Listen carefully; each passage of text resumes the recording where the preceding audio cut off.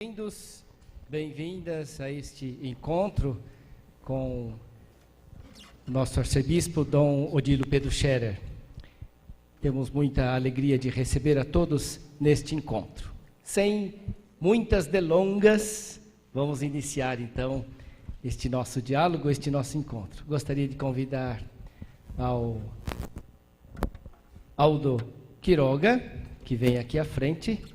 Ele vai conduzir o diálogo e também vai convidar as pessoas que compõem aqui a mesa e os debatedores. Muito obrigado, boa tarde.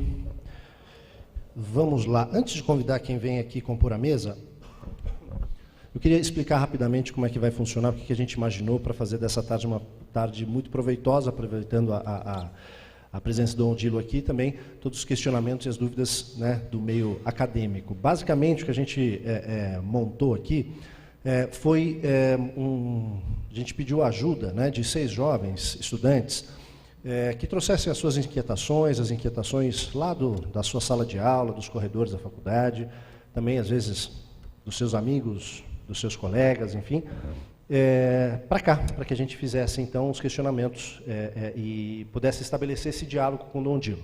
Então, basicamente, eles vão estar compondo a mesa aqui com a gente. Dom Odilo depois vai ocupar essa cadeira central. E a gente vai fazer uma primeira rodada de perguntas com esses 6 jovens. E, na sequência, vocês estão também convidados a fazer as suas perguntas. A gente vai estar com as pessoas ali para quem eles podem encaminhar. Você pode fazer por escrito a sua pergunta. Olha lá, quer ver? Ó? O pessoal que está com a mãozinha levantada aí, pode pegar as perguntas que vocês tiverem para enviar, tá certo? Escreva num papelzinho, o pessoal vai pegar aí com você e vai trazer, porque a gente quer aproveitar esse tempo que a gente tem para fazer as perguntas que forem possíveis, aí que o tempo permitir, né, para Dom Odilo. Então vamos lá. Marina. Cadê você, Marina? Vem cá, Marina. Marina Tomazella Rosito, ela é da Escola de Enfermagem da USP. Eu não vou falar mais nada, porque ela vai se apresentar daqui a pouco. Cadê sua cadeira, Marina? Lá na ponta, isso. Célio Alves de Oliveira, vem cá, Célio. Está cursando História no Centro Universitário Assunção, a Unify. Muito bem, Célio, você vai sentar onde? Ali, do lado da Marina. E Nayara? Nayara?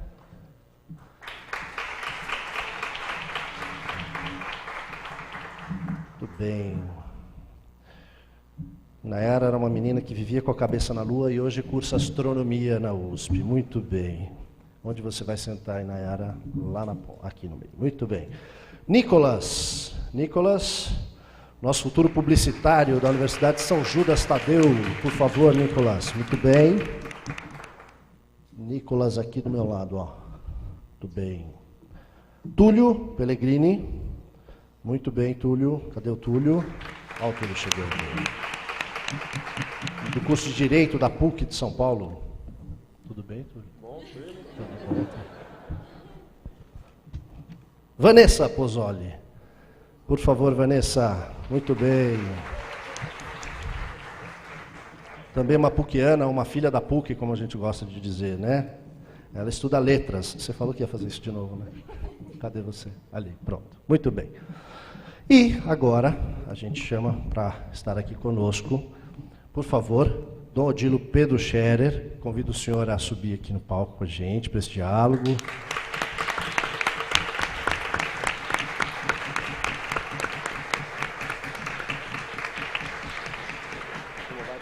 Tudo bem? Obrigado pela presença do Odilo, por favor. Isso. Eu vou deixar o senhor com este microfone aqui, que eu estou usando. O senhor quer fazer boas-vindas, dar boa tarde para o povo? É bom, né? Quero. Boa tarde a todos e a todas. Boa tarde a vocês. Sejam bonzinhos para comigo, por favor. Tudo bem? É um prazer estar com vocês nesta tarde e eu espero que seja proveitosa para todos. Vai depender de vocês. Vai depender de vocês. A gente vai tentar, né? Alô, alô, alô, alô, alô, alô, alô. Isso. Alô, a gente vai tentar, né? Alô, alô, alô. Muito bem. Dom Odilo, antes da gente começar com as perguntas, Eu queria que vocês se apresentassem, falassem um pouquinho mais curto, muito curto, do que vocês estão fazendo na universidade, porque é que vocês vieram aqui. E a gente também pediu, todos esses jovens, a gente, na verdade, aqui está num momento pós-Jornada Mundial da Juventude. Isso faz parte também, né, de todos esses frutos aí da jornada. Então, esses jovens também participaram da Jornada Mundial. E aí a gente pediu que eles, então, também, além de se apresentar aqui, de falar um pouquinho do curso que eles estão cursando, falassem um pouquinho dessa experiência da Jornada Mundial da Juventude. Vocês têm 1 minuto e meio. Valendo. Túlio, você começa, por favor. Vai lá. Boa tarde a todos, eu sou o Túlio, faço Direito na Pontifícia Universidade Católica aqui de São Paulo. Sobre a Jornada Mundial da Juventude, infelizmente eu não pude participar. 2 semanas antes de ser a Jornada Mundial da Juventude, eu fui chamado para ocupar um cargo num concurso público que eu fiz, mas graças a Deus o emprego eu consegui, mas da jornada eu não consegui participar. Mas mesmo assim acompanhei pela televisão, acompanhei pela internet, e o que eu senti da Jornada da Juventude foi a força que a igreja tem no Brasil. Vi a força da igreja no Brasil e no mundo, né? A coesão da juventude católica, de todas as raças e classes sociais. Eu penso na JMJ como uma busca cada vez maior de aproximação da igreja com o povo de Deus. A busca de tentar cada vez mais aproximar o pensamento da instituição da Igreja Católica do pensamento que as massas, que a população está tendo, tanto nas questões das políticas, nas questões mais atuais, que vai ser debatida aqui, homossexualidade, questão de políticas de universidade e tudo mais. Então, para mim, a atuação da Igreja e sua atualização com o que está sendo discutido no mundo foi o que a JMJ mais fez. Obrigado. Muito bem, Nayara. Bom, meu nome é Nayara, eu estou no 4º ano do bacharelado em astronomia na USP, né? Meu pai sempre dizia que eu já vivia no mundo da Lua, e eu participo do Ministério Universidades Renovadas, né, no Gol Paulo Apóstolo, lá na USP. E a minha experiência de jornada, né, eu fui como voluntária na jornada, e se eu precisasse resumir a minha experiência de jornada, seria o consumir-se de amor. Né, eu trabalhei na distribuição dos kits em Santa Cruz, e quem foi para a jornada e teve que retirar kit em Santa Cruz sabe como foi caótica a situação. E assim, a logística acabou não funcionando porque chegou muita gente, os peregrinos chegaram todos de uma vez, e a gente acabei trabalhando bastante. Né? Nos primeiros dias, eu cheguei a trabalhar 13 horas por dia, a gente ficava lá, via aqueles peregrinos, né, que muitas vezes chegaram, que tinham acabado de chegar de viagem, e passavam 5, 6 horas na fila. Então, e foi muito impressionante, assim, a minha vivência da jornada foi isso, foi estar trabalhando e olhar para aqueles peregrinos na fila e falar assim, né, assim, a nossa preocupação era de que eles não, toda aquela preocupação, todo aquele estresse que eles estavam, de que eles fechassem o coração e não vivessem o resto da jornada. E aí a gente olhava e a gente não podia fazer nada, porque tinha que ficar esperando, né, chegar cartão, chegar um monte de coisa. E aí todos os voluntários iam entrando e ficavam naquela preocupação, e você via pelos cantos as rodinhas das pessoas rezando o terço e pedindo, né, pedindo que alguma coisa acontecesse, pedindo um milagre para Deus. E aí foi essa vivência, né, assim, do cansaço, apesar de tudo. Aí nos momentos, né, que eu falava assim, não, eu já fiz demais, eu não aguento mais, vou rezar, né? E aí esperando que Deus passasse a mão na cabeça e falasse assim, não, tá bom, minha filha. E ele falava assim, não. A única coisa que vinha na minha cabeça era o trecho daquela música, né? Só por ti, Jesus, quero me consumir. E a gente ia, e foi uma experiência muito bonita entre todos os voluntários que lá estavam. Foi esse consumir-se de amor. E depois, né, no desfecho, né, viver assim, apesar de depois de ter vivido a cruz, o desfecho foi aquele silêncio maravilhoso na vigília de adoração, né, na praia. Então foi muito bom, foi assim, viver o Cristo crucificado e depois vê-lo ressuscitado. Muito bem, Nicolas. Meu nome é Nicolas, eu curso Publicidade e Propaganda na Universidade São Judas Tadeu. Faço parte do Caminho Neocatecumenal, sou da 13ª Comunidade, Paróquia Santa Bernadette. A jornada, para mim, infelizmente, eu tive a infelicidade de não ter ido para Madrid, o que acho que fez essa jornada para mim melhor ainda, porque foi realmente única. E começou quando acolhemos mais de 50 peregrinos diferentes na nossa casa. E foi uma coisa assim que realmente só Deus mesmo para reunir todas as nações assim. Mas acho que realmente a minha ficha só caiu quando eu cheguei no Rio, né? Quando algumas coisas saíram errado, localização, tudo, tivemos que andar quilômetros a mais, essas coisas, acabei perdendo a vigília com o Papa, mas eu não vejo isso, eu vejo isso como eu não murmurei, né? Eu não murmurei porque se eu estava ali era uma graça já. Eu tinha apenas que agradecer. Eu tive os problemas, né, de bater de porta em porta nos bares, de passar fome, dormir na rua.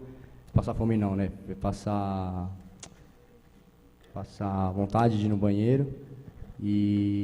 Mas tudo foi graça, né? Porque eu tive a oportunidade de comungar da missa do Papa e pude participar do meu primeiro encontro com os iniciadores do caminho, né? Por isso, acho que eu faria tudo isso de novo, por isso eu vou estar na Polônia em 2016. Muito bem. O Nicolas pesava 120 quilos antes da jornada. Aí agora ele está esse moção aí, todo fartão. Por favor, Marina. Oi, gente. Eu me chamo Marina. Eu estudo na Escola de Enfermagem da Universidade de São Paulo. Eu estou cursando licenciatura em enfermagem. Também participo da comunidade de leigos consagrados. Eu sou consagrada na comunidade Nossa Senhora de Sião. E eu estive na jornada pela primeira vez esse ano. E fui jornadeira e fiquei horas na fila, esperando a Nayara me dar o kit. E fiquei também 3 horas esperando ir ao banheiro. Mas, realmente, assim, a experiência de estar lá é incrível. E toda essa espera de ter que esperar todas essas coisas que eu disse inicialmente, realmente não contam a graça que eu recebi de estar lá. No meu universo, parece que eu sou a lenda do Will Smith, sabe? Eu sou a única, sozinha, dentro de um ambiente que ninguém vive a fé que eu vivo. Mas lá, estar nesse ambiente mundial, com um monte de gente que professa a mesma fé que eu, que reza como eu, foi assim impressionante. E já desde o primeiro dia eu já sabia que a experiência ia ser incrível. Mas eu senti que eu fui surpreendida de novo, porque aquele silêncio, realmente o silêncio na praia foi incrível, e até hoje eu ainda fico refletindo qual o espaço do campo da fé, da minha vida, que eu preciso reservar para Deus, para Ele crescer mais e mais dentro de mim, e aí eu posso refletir na minha vida. Obrigada. Muito bem. Engraçado, né, como, enfim, todo mundo diz que jovem faz muito barulho, né, mas enfim, o relato que eu mais escuto quando eu escuto alguém falar que foi na JMJ e nas redes sociais, quando acompanhei, era a coisa do silêncio lá na praia, né? O jovem gosta de fazer barulho, mas também adora um silêncio, né? Quando para escutar, é importante. É o que a gente vai tentar fazer aqui hoje, hein, gente? Vamos parar para escutar. Célio, manda ver. Então, boa tarde a todos. Boa tarde, Dona Odilo. Meu nome é Célio, eu faço História na Unify. Participo do Movimento Renovação Carismática Católica. E o meu testemunho é bem breve em relação à jornada, porque eu só fiz sexta, sábado e domingo. Mas eu tenho vários testemunhos, mas eu separei esse porque esse, como vocês conhecem a Renovação Carismática, nós somos meio carismáticos, meio alegres. E o momento do silêncio na hora da vigília, eu estava perto da praia, eu conseguia ouvir as ondas quebrando. E aquilo tocou no meu coração muitas vezes porque eu sou muito, quem me conhece, muito alegre, e às vezes não paro para escutar. E aquele momento eu consegui, no meio de 4 milhões, seja o número que for que estivesse lá, eu consegui ouvir o coração de Jesus em mim. E então aquele silêncio ele se fez tão verdadeiro no meu coração que todo mundo, e não foi só no meu, dá para ver, que todo mundo saiu diferente, não somente pelas palavras do Santo Padre, mas pelo aquele momento de adoração ao Santíssimo Sacramento, que você conseguia escutar a voz de Deus, não pelo microfone, mas no seu coração. E aquilo mudou assim, o meu jeito até de rezar, de falar com Deus. Obrigado. Muito bem. Vanessa, os últimos serão os primeiros, Vanessa. Então, eu sou Vanessa, eu curso letras na PUC, eu fiz filosofia aqui no Mosteiro, de São Bento aqui na casa, mas agora eu curso letras lá na PUC e participo do movimento dos focolares. E também, bem brevemente, assim, a jornada, assim, para mim, para além de tudo que eles falaram, assim, de ver uma juventude viva na igreja, de todos os discursos do Papa também, muito, muito profundos, o que ficou mais forte para mim foi ter contato e conversar com pessoas, eu fui como voluntária também, e conhecer pessoas assim, mais do Brasil mesmo, assim, jovens que não só se dizem católicos, mas assim que sabem o que a igreja diz e levam aquilo para suas vidas, assim, sabe? Os valores cristãos e tudo. Porque eu pensava que todos assim, tudo bem, a gente pode ter muitos católicos, mas parece que é tão difícil encontrar jovens autênticos, assim, né? Aí, às vezes, a gente se sente um pouco assim sozinha, como a Marina falou. Mas lá, a minha surpresa foi ver justamente essa juventude que quer ser, sim, revolucionária e contracorrente, como o Papa mesmo falou depois no discurso aos voluntários. Então, essa foi a minha maior surpresa, assim, impressão. Muito bem. E, nesse sentido, eu ia meio que enganchar, não sei se o Aldo Você permite. não vai nem largar o microfone, é isso? Você levou a sério, os últimos serão os primeiros, tá bom, pode ser a primeira pergunta. Posso já pegar o gancho? Porque, então, assim, com tudo isso, assim, eu ia, até assim, que eu voltei até mais como que a fé assim um pouco revigorada, assim, né, de ver essa juventude católica vibrante, assim, viva. E daí de também viver eu, assim, ser também uma jovem assim autêntica e tal. Então, assim, primeiro contextualizando, em agosto nós tivemos lá na PUC um evento em ocasião do aniversário da universidade, momento de diálogo com o Dom Odilo, para um pouco discutir a identidade da Universidade Católica. E foi um momento assim muito, assim, se depois o Dom Odilo fala alguma coisa, mas assim, infelizmente alguns jovens foram lá e alunos da PUC e assim, de uma forma um pouco ofensiva e agressiva em relação à igreja, e usaram desse momento também para colocar todas as suas ideologias ou insatisfações ou posições em relação à igreja e tal. E ali um pouco de uma forma agressiva. E eu estava ali na plateia também e senti como se aquilo estivesse me afetando também. Eles estavam como que falando de uma coisa que também eu fazia parte, sabe? E ali eles se colocavam como toda a comunidade acadêmica da PUC, como se fossem todos os alunos pensassem daquela forma, estavam contra tudo aquilo que, enfim, que se passa dentro da universidade, ou mesmo em relação à posição da igreja. E naquele momento eu falei, não, mas não é assim. Eu também sou aluno da PUC, eu não me sinto... Eles falavam que não se sentiam representados pelo Dom Odilo. Eu tinha vontade de falar para eles, eu não me sinto representada por vocês, também enquanto aluna da PUC. Então, foi uma experiência muito forte. E naquele momento, eu falei, eu não posso ficar omissa aqui também, né? E daí, fui tentar ir ao microfone só para fazer essa colocação. Mas, ali, naquele momento, eles não deixaram, falaram que não era o momento de falar isso. Quase cheguei no microfone, mas aí logo fecharam. Mas, assim, também dizer para o Dom Odilo que... né, que o senhor não está sozinho lá também, que aqueles foi o que fez o mais barulho naquele momento. A gente até tentei ir lá, mas assim eu me sinto sim representada assim pelo senhor, pela igreja e tal. Mas enfim, para encurtar. E a pergunta? Pergunta.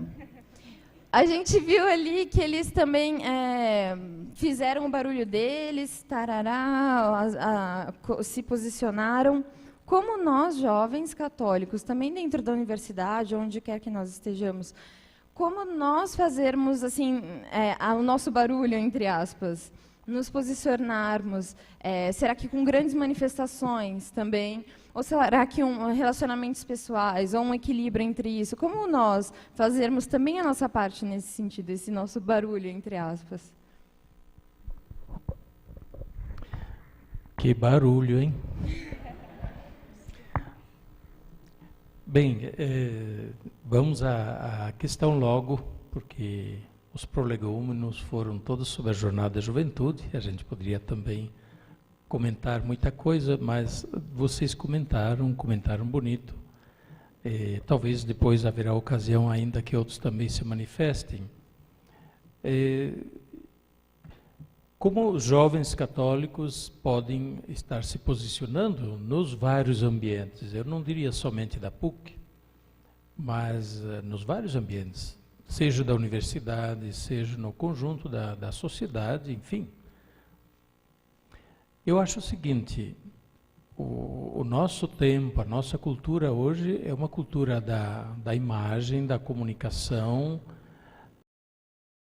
E quem não se apresenta, não se comunica, não existe perante este, digamos, este cenário. Neste cenário, não é que não existe na realidade, existe.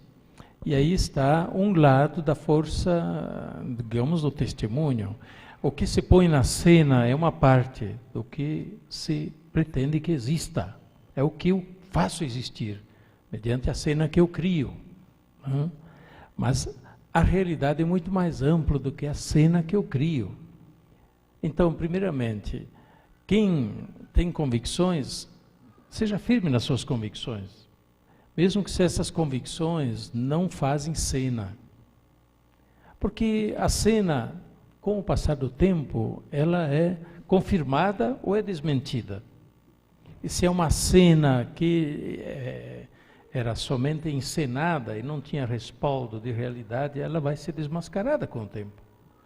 Então, primeira coisa é ter convicções. Ter convicções interiores, ter convicções firmes, convicções fundamentadas, mesmo quando elas não são aceitas por todos. Quando elas são contraditas ou postas em xeque, muitas vezes. Vocês aqui disseram, você disse, mas alguém mais tinha me dito, né, que quis tomar o microfone também naquela noite, não lhe foi permitido. Né?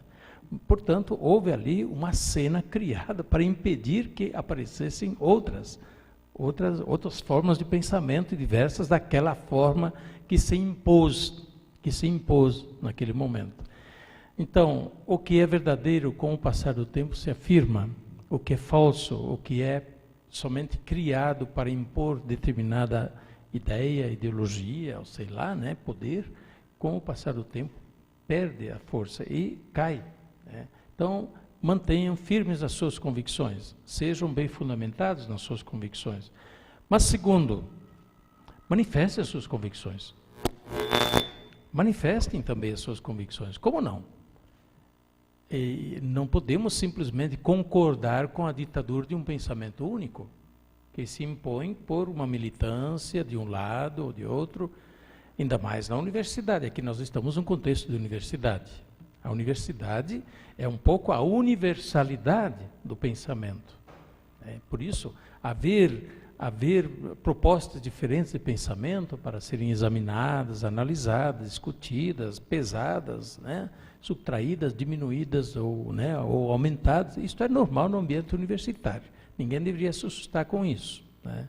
Porém, o que não pode acontecer é que se afirme um pensamento único. E pela força, digamos assim, da repressão do pensamento diverso. Pela força da repressão do pensamento diverso. Não dar acesso ao microfone, por exemplo. Né? Isso é típico. Né? Então, jovens, manifestem-se também. É importante se manifestar. Naturalmente, existe um modo de se manifestar, quem sabe diverso, um modo respeitoso, um modo dialogal, né? Dialogante, um modo fundamentado, não é na base do grito, não é quem mais grita que tem mais razão. Né? Nós temos a ditadura do professor e a gritadura também, né? Então, em muitas situações, quem mais grita pretende levar. Não pode ser assim.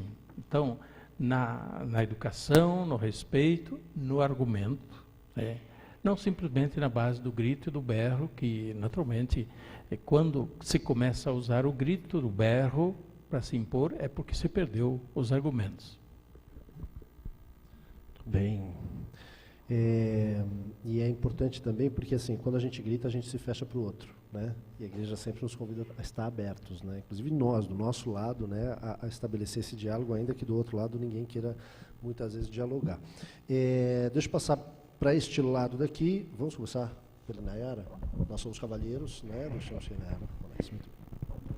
Bom, nós, né, como universitários católicos, a gente acaba lidando diretamente, né, com a questão da fé e da razão. E na encíclica, né, de João Paulo II, Fides et Ratio, ele inicia-se, né, justamente falando: a fé e a razão constituem como que as duas asas pelas quais o espírito humano se eleva para a contemplação da verdade. Foi Deus quem colocou no coração do homem o desejo de conhecer a verdade e, em última análise, de o conhecer a Ele, para que, conhecendo-o e amando-o, possa chegar também à verdade plena sobre si próprio. E no diálogo, né, sobre fé e razão, uma das coisas que sempre pega muito, né, sempre que nos questionam muito, e que é muito assim, é a questão dos dogmas. E aí eu pergunto, Dom Odilo, né, a ciência, através do método científico, ela exige, né, que toda hipótese, toda teoria seja confrontada com uma experimentação e com uma observação. E essas sempre prevalecem, né, em vista da teoria. Na igreja, qual é o critério e o processo para a proclamação de um dogma? Muito bem, falou difícil, hein? Fez alusão à encíclica muito importante do Papa João Paulo II, Fides et Ratio, que significa a fé e a razão. E eu aconselho a todos os jovens universitários católicos que conheçam, leiam essa encíclica, que lhes ajudará muito. Bem, o que é ciência e o que é dogma? Esta é a questão de fundo. São duas maneiras de afirmar verdades, partindo de dois métodos diferentes. Dogma é afirmação de verdade. Dogma em grego significa exatamente isso, doutrina sobre verdade, né? Doutrina fala-se de modo bem mais ou menos apropriado, dizendo é uma doutrina científica. Na verdade, em ciência não se fala em doutrina, se fala em afirmação que se comprova ou não se aprova, né? Portanto, não é a base de doutrina. Porém, existem doutrinas religiosas. Fala-se em doutrinas filosóficas, mais ou menos adequado. Não é tão adequado falar em doutrinas filosóficas, porque em filosofia também não se deveria falar em doutrina, se fala em argumentos, que racionalmente se podem aceitar, afirmar ou não, né?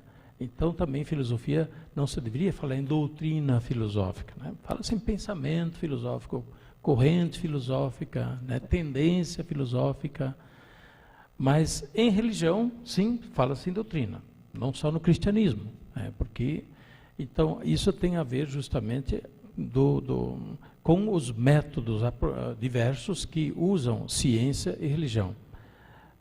Ciência, naturalmente, é um modo de conhecer. E se nós fizermos da ciência um único modo de conhecer, nós reduzimos o homem a muito pouco. E justamente a capacidade de conhecer do homem há muito pouco. E do que depende esse modo de conhecer? Depende do seu método próprio. A ciência, ou cada ramo da ciência, cada tipo de ciência tem um método que, porém, é o método da verificação. As afirmações devem ser verificadas experimentalmente, praticamente, assim por diante. Então, a ciência, no sentido natural, no sentido mais comum de se falar ciência, sempre requer o método que comprova, que verifica as afirmações, e se elas são verificáveis mediante a repetição, mediante a experiência que se repete, então nós temos uma verdade científica, até que venha alguém que diga, bom, não é bem assim, né? Mas este é um modo de conhecer. O método é sempre é a escolha de digamos assim, de um caminho, você se limita. Quando você usa o método, você se limita exatamente a colocar as coisas dentro de um parâmetro, né? Cabem dentro desse parâmetro, então estão adequadas as minhas afirmações ou a afirmação dessa ciência. Não cabem, então não são científicas. Em filosofia, por exemplo, já isso não cabe. Há um outro método. O método é racional. Filosofia discute e procura trazer argumentos lógicos que se afirmem pela lógica, portanto, pela argumentação que por si mesma se impõe, né? Pela evidência das afirmações, pela irrefutabilidade das afirmações, né? Então você tem um método filosófico que já não é mais um método científico, é um método racional, que, portanto, mexe com isso aqui. Porém, também enquadra justamente as afirmações num método, né, que é o da razão. Cabe nos parâmetros da razão, então se afirma. Não cabe, então não é pensamento que se possa afirmar. Enquanto religião tem o método da fé, o método teológico, que parte de um outro pressuposto. Isto é, a partir da fé, é da adesão a Deus que se manifesta, Deus que se revela. Pelo menos este é o ponto de vista cristão, né, da fé e da teologia, da afirmação teológica e doutrinal. Nós não partimos simplesmente do alcance daquilo que nossa razão ou nossa verificação pode afirmar, ou comprovar, mas partimos da aceitação daquele que afirma ou manifesta. E porque ele é veraz, nós aceitamos com verdade o que vem dele. Bem, daí decorrem depois, naturalmente, as conclusões que partem de uma determinada verdade religiosa, né? E dogma, nesse caso, é a afirmação de uma doutrina que está coerente com um princípio religioso, né? Com um princípio religioso. Dogma não é simplesmente alguma coisa que ninguém discute. Não, se discute. O dogma foi discutido, é discutido para justamente verificar a sustentação de uma afirmação de dogma. Agora eu queria pôr aqui um alerta. Usa-se demasiadamente e de maneira inadequada o conceito de dogma para falar das coisas da religião ou da igreja. Tudo é dogma, né? Então, tudo se diz como dogma, ou qualquer coisa se afirma que é dogma. Não poder usar camisinha, né, é dogma, ou não fazer o aborto é dogma, e que mais, né? Não é tudo dogma, né? Dogmas são verdades doutrinais que são bem fundamentadas a partir de princípios e não são simplesmente orientações práticas ou normas práticas. Por exemplo, precisa celebrar a missa de um determinado jeito. Isso não é dogma, né? Dogma é o que está digamos assim, o que é a afirmação de fundo do que é a missa, do que nós celebramos. Isso tem a ver com verdade dogmática ou dogma.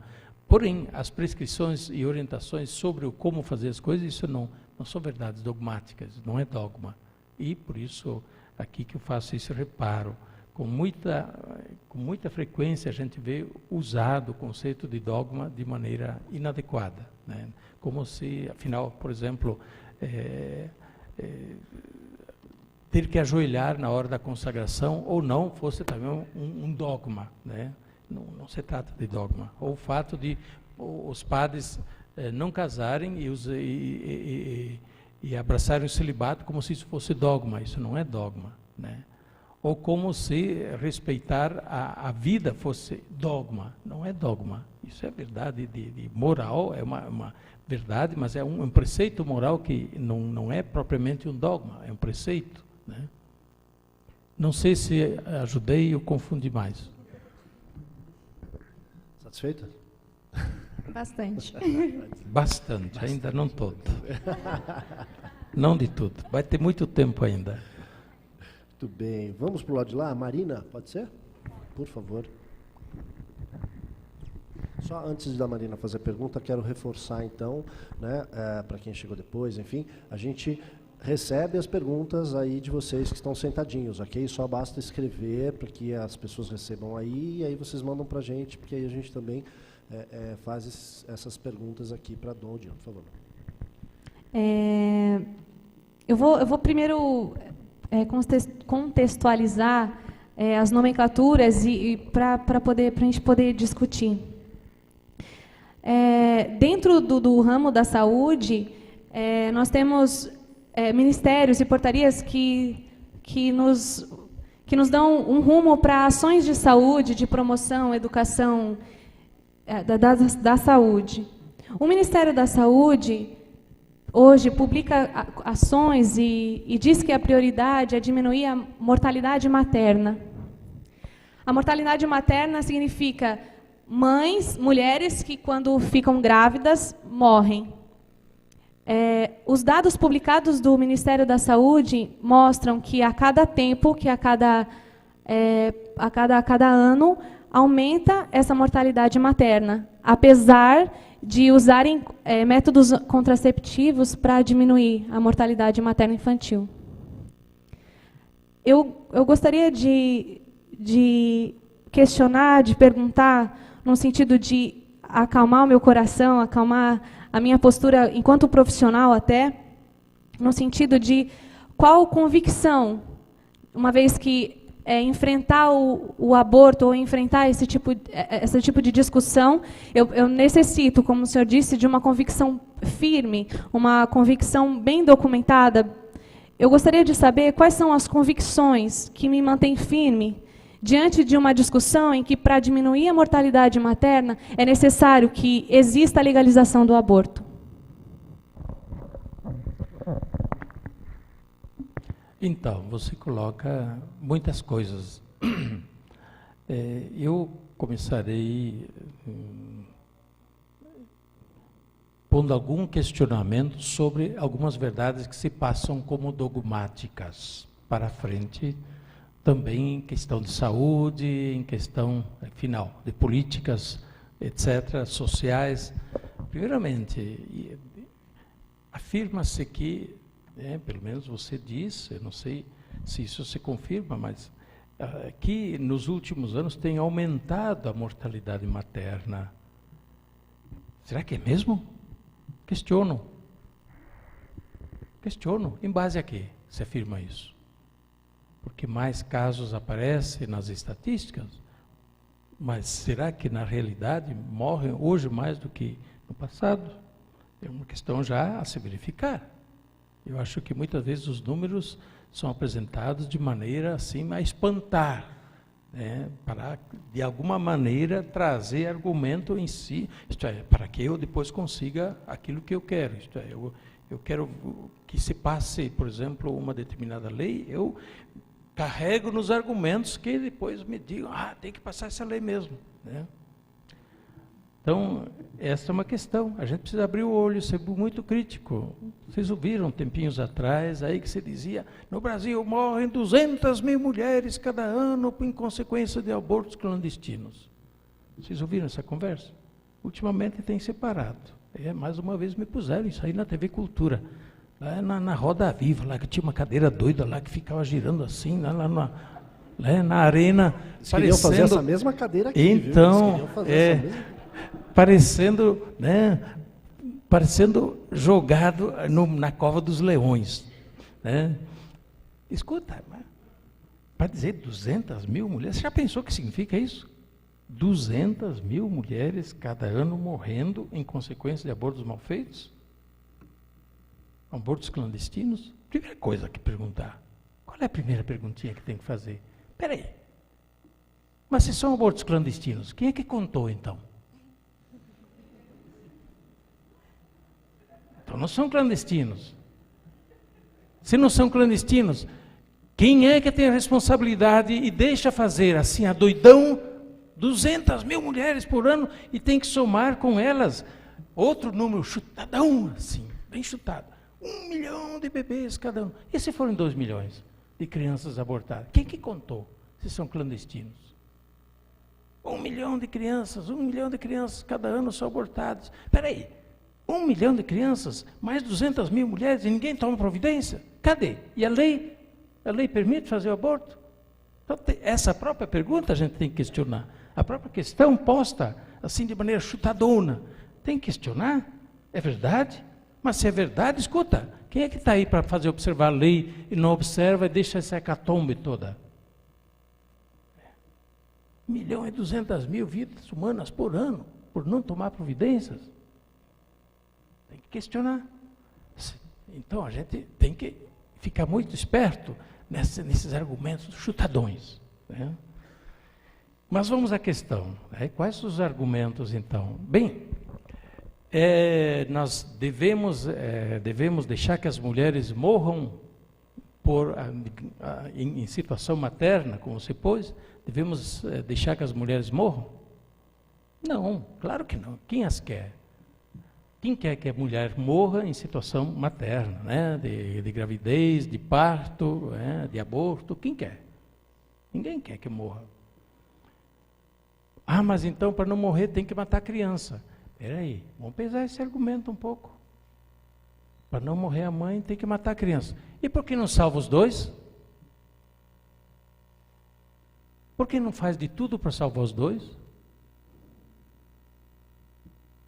Quem é que diz que tem que matar a criança para salvar a mãe?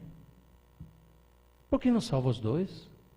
Então, essa lógica, tem que abortar para salvar a mãe, é manca. Não dá. Então, não é uma lógica boa. E política pública de saúde pode ser política pública de morte. Política pública de salvar a vida. Se é medicina e política de saúde, tem que estar em função de salvar a vida. Portanto, a dizer, bom, para salvar a mãe, não deixar mais a mulher morrer, então tem que promover o aborto, a legalização do aborto. Não, eu acho que o argumento não vai bem, porque toda a vida é preciosa, da mãe e da criança. Então, para que isso não aconteça, tem que se combater os abortos clandestinos, as clínicas de aborto, educação sexual, educação a comportamentos eticamente aceitáveis, socialmente responsáveis, sexualmente responsáveis. Claro, tem que falar claramente. Sabe que sexo dá filho? Sabe? Então, saiba se comportar. Não quer fazer filho? Saiba se comportar para não ter filho fazendo sexo. Então, é que se apresentam as coisas como um pacote prontinho. Ou. Não tem que ser ou. A gente tem que ver que tem sempre a possibilidade de haver uma alternativa para a gente não estar ou, né? Diante do ou. Né? Então, nessa questão, a gente não tem que se deixar simplesmente enrolar de maneira fácil. É claro, a gente sabe que nisso nós temos um argumento, isto é, nós somos normalmente colocados contra a parede. São contra o aborto, então são a favor da morte da mulher. Não somos a favor da morte de nenhuma mulher em situação de maternidade. Não somos a favor da morte da mulher em situação de maternidade. Então, que argumentos? O último argumento, que deverá ser sempre o primeiro: a vida deve ser sempre respeitada. A vida humana não nos pertence, nem a nós mesmos, para a gente dispor por nossa conta. E aqui a gente lembra, né, um princípio ético-filosófico do velho Kant, Immanuel Kant, filósofo alemão do século XVIII, que dizia: a pessoa humana não é nunca um objeto de posse, mas também não é nunca um meio, mas é sempre um fim em si mesmo. Portanto, não pode ser usada como um meio para atingir determinado fim. Isso não vale só na questão de, eu não quero matar a mulher, então mata a criança. Ou não quero que a mulher morra, então eu mato a criança. Não, a criança também é um ser humano. Tem que ser respeitado também, não pode ser um meio para salvar a vida da mãe, né? Por outro lado, isso se aplica em toda a situação, no trabalho escravo ou digamos, na economia capitalista deslavada, que explora o ser humano, explora o trabalhador para ter lucro desenfreado, sem dividir socialmente, responsavelmente o que o trabalho rende e assim por diante. Também, nesse caso, a pessoa humana é usada como meio, como objeto, né, em tantas situações. Está bem? Posso complementar uma dúvida que restou para mim? Realmente, é óbvio, a igreja não quer morte de crianças, a igreja não quer morte de mulheres, mas também a igreja é contra os métodos contraceptivos. Sendo a sociedade plural, sendo a sociedade composta por diversas ideologias, religiões, filosofias de vida, como que a gente pode se posicionar contra esses métodos contraceptivos, sendo que exatamente eles que evitam essa gravidez indesejada? Bem, a igreja tem uma posição dizendo que o uso sistemático dos métodos contraceptivos marca uma posição egoísta de fechamento à vida, né? E contra uma das finalidades importantes do sexo, que é a transmissão da vida. Então, o uso sistemático dos métodos contraceptivos, sem até mesmo falar do método mais recente, né, da pílula do dia seguinte, que além de ser contraceptivo, é abortivo, né? Mas veja bem, isto é uma posição em relação à coerência moral da igreja, mas a igreja não está usando a polícia para ir atrás, né, enfim, né? A igreja apela sempre à consciência, e depois a pessoa, na sua consciência, toma posição de acordo com aquilo que ela está, afinal, tendo que decidir por ela, né? Então, essa questão não pode ser invocada simplesmente, não, a igreja é contra os métodos contraceptivos e por isso mesmo tem que fazer o aborto. Ora, acho que uma coisa, a conclusão está muito para além do princípio oposto, né?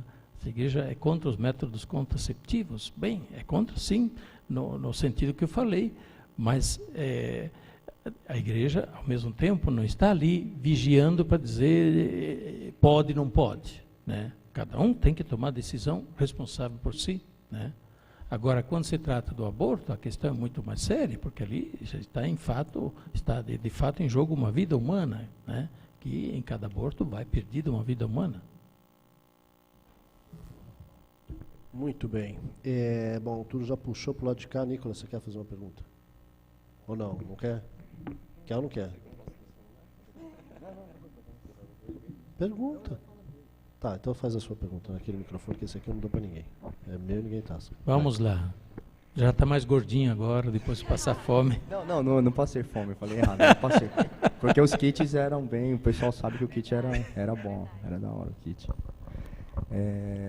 Mas tem uma coisa, 200 na sua casa? 50. Ah, foram 50? Não no mesmo dia, foram durante foram a semana. Passando. Foi beleza. Antes da jornada. Olha só. E depois da jornada. Tá bom, conheceu bastante gente. Foram italianos, chilenos, espanhóis e australianos. Tá. Vamos à sua pergunta, então. O tema é homossexualismo. Acho que não só eu, né, vou falar por mim, mas acho que isso cabe entra na questão de todos os jovens aqui, que a gente viu como o homossexualismo tem crescido, né? Como é notável hoje em dia, não só nas universidades, né, que acho que é o ponto mais forte assim, mas nas ruas, metrôs, qualquer lugar que você vai, é uma coisa nítida de se ver hoje em dia, né? E é uma coisa que acho que tem crescido muito, né, dos últimos tempos. Acho que a mídia influencia muito isso. Não digo que a mídia influencia, mas a pessoa a ser, mas ela ajuda também, porque eu, como estudo comunicação, sei o poder que a mídia tem. E uma coisa assim que eu aprendi na igreja é que a igreja sempre fala como mãe adulta, né, nos seus 2000 anos, porque ela fala sempre aos católicos, né, que defender a vida, ela sempre defende a vida, né, como já foi falado o caso do aborto, né, sempre defende a vida. E por isso que chama todos, também a questão dele, a castidade. E não chama somente a gente, ele chama os homossexuais também, pessoas abortivas que podem fazer o aborto, né, a castidade. Que modo o Senhor assim pode ver que dá uma freada assim, né, de que modo não só a igreja, mas os jovens dentro da universidade, né, como eu disse, é um fato muito forte dentro das universidades. De que modo? Porque o Papa é o respeito, né? A igreja está de braços abertos. Mas de que modo a gente pode reverter esse processo, desse aumento da homossexualidade, né? Como que tem aumentado muito? Como pode reverter esse processo? De que modo podemos reverter esse processo? Não só a igreja, mas os jovens também. Mas os jovens também são igreja.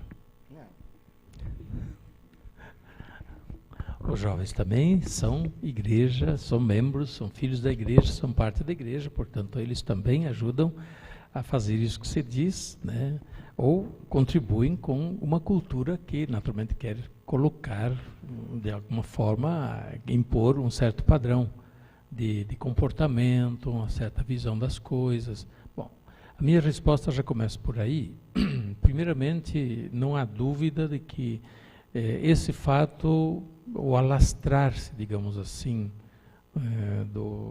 dos comportamentos homossexuais, tem muito a ver com um padrão de imagem que se divulga.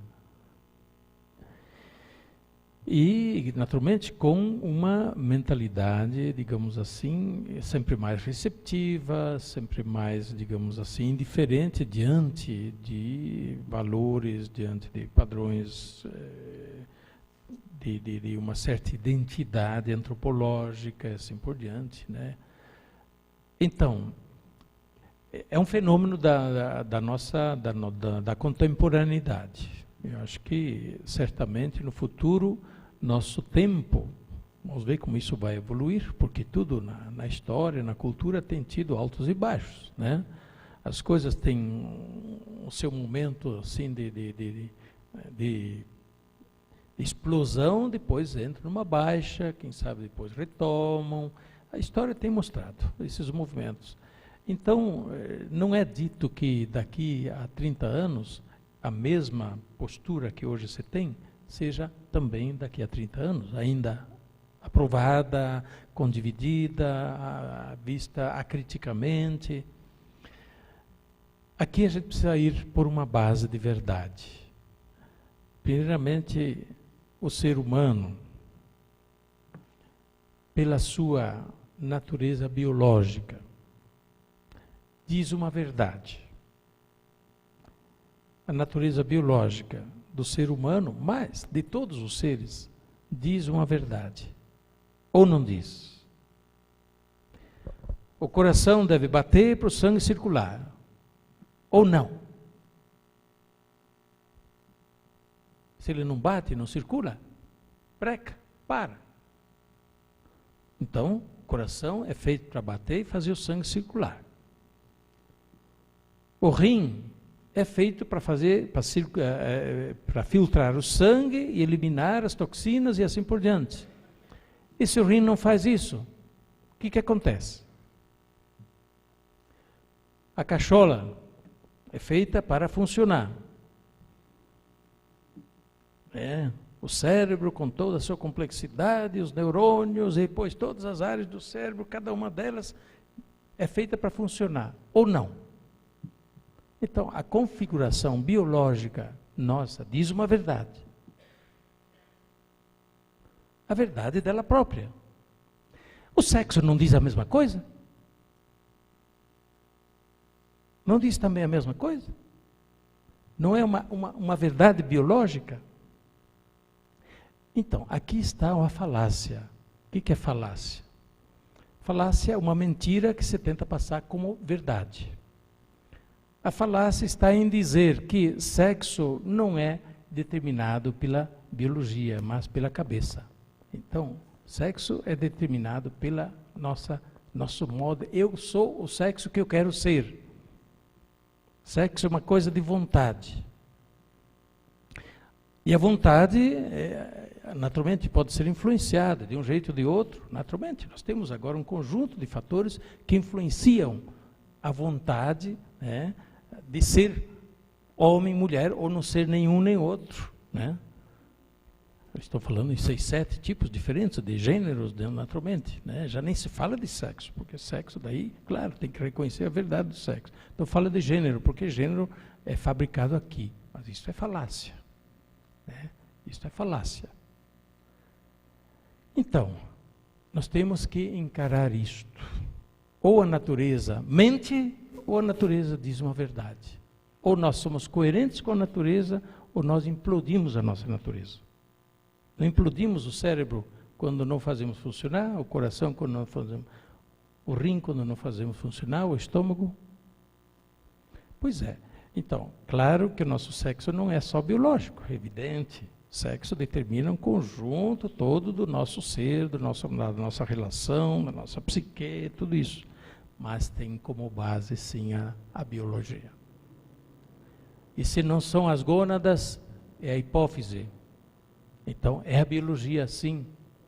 Então, a biologia, a natureza é sábia, ela diz alguma coisa. E quando a gente quer forçar a natureza para abafar e dizer que ela não diz aquilo que ela diz, a gente está mentindo, está fazendo a natureza mentir. Ou então a gente está tomando posição de mentira diante da natureza.